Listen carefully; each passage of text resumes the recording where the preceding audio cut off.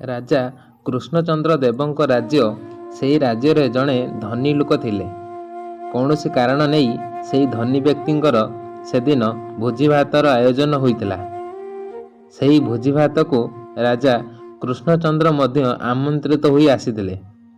ଏହାଛଡ଼ା ରାଜା କୃଷ୍ଣଚନ୍ଦ୍ରଙ୍କର ଯେଉଁଆଡ଼େ ଭ୍ରମଣ ଥାଏ ସେଦିନ ଗୋପାଳ ମଧ୍ୟ ତାଙ୍କ ସାଥିରେ ଥାଆନ୍ତି। ଏହି ଭୋଜି କାର୍ଯ୍ୟକ୍ରମରେ ମଧ୍ୟ ରାଜା ଓ ଗୋପାଳ ଭୋଜି ଖାଇବା ଉଦ୍ଦେଶ୍ୟରେ ସେଠାକୁ ଯାଇଥିଲେ। ତାପରେ ନାନା ଆଡ଼ୁ ଭଦ୍ରଲୋକମାନେ ମଧ୍ୟ ସେଠାକୁ ଆମନ୍ତ୍ରିତ ହୋଇ ଆସିଥାନ୍ତି।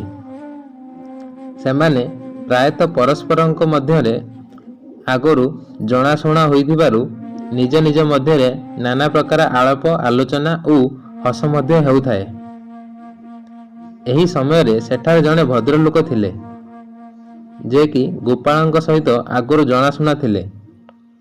ସେ ଯେତେବେଳେ ରାଜାଙ୍କ ସହିତ ଗୋପାଳଙ୍କୁ ଆସି ସଭା ମଧ୍ୟରେ ଟିକେ ମଜା କରିବା ନିମନ୍ତେ କହି ପକାଇଲେ, "ହୋ ଗୋପାଳ, ତୁମକୁ ଦେଖିଲା ଠାରୁ ପରି ଜଣାପଡ଼ୁଛେ, କିନ୍ତୁ ଏମିତି କିପରି ହେଲା?" ସେହି କଥା ଭାବିଲା ବେଳକୁ ମୋର ମୁଣ୍ଡରେ ଗୋଟାଏ କଥା ପଶିଗଲା। ହୋଇପାରେ ଏଥିରେ ଅସୁବିଧା କ'ଣ? ତୁମର ମା କ'ଣ ଆମ ଘର ଆଡ଼େ ଆସିବାକୁ କୋଉ ବାଡ଼ ବନ୍ଧ ଥିଲା ଯେ ସେ ଆସି ପାରି ନଥିବେ? ତାହା ହୁଏତ ହୋଇଥାଏ। ଏଥିରେ କୋଉ ବିଚିତ୍ରତା ଅଛି? ଗୋପାଳ ଭଦ୍ରଲୋକଙ୍କଠାରୁ ଏକଥା ଶୁଣିବା ମାତ୍ରେ କଣୁଆ ଠେସରେ ମେଞ୍ଚାଏ ହସିଦେଲେ। ସଙ୍ଗେ ସଙ୍ଗେ କହି ପକାଇଲେ, "ଆରେ ଭାଇ, ତମ ଆଖିକୁ ଯାହା ଦେଖାଯାଉଛି ତାହା କାହିଁକି ବା ମିଛ ହୋଇପାରେ? ଆଗରେ ମଣିମା ପରା ଅଛନ୍ତି। ତମର ଯାହା ବିଶ୍ୱାସ ହେଉଛି ତାହା ତ ସତ, କାରଣ ମୋ ମାଆଙ୍କର ଚାଲିବାର ଶକ୍ତି ନଥିଲା। ସେ କିପରି ତମ ଘର ଯାଏଁ ଯାଇପାରିବେ? ମୋର ଧାରଣା ସେଇଆ। ମୋ ବାପା ଯେ ତମ ଘର ଆଡ଼େ ଯାଇଥିଲେ ଏକଥା ତମେ ଖୋଳି ହୋଇ ପଚାରୁଛ।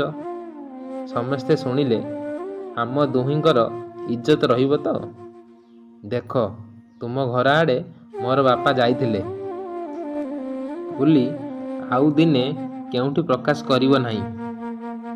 ଭଦ୍ରଲୋକ ଓ ଗୋପାଳଙ୍କ ମଧ୍ୟରେ ଯେଉଁ ଆଲୋଚନା ହେଉଥିଲା ସେ କଥାକୁ ରାଜା କୃଷ୍ଣଚନ୍ଦ୍ର ମଧ୍ୟ କାନ ଡେରି ଶୁଣୁଥିଲେ। ଗୋପାଳଙ୍କର ଏହି କଥା କହିସାରିବା ପରେ ରାଜା ଠୋ କରି ହସିଦେଲେ।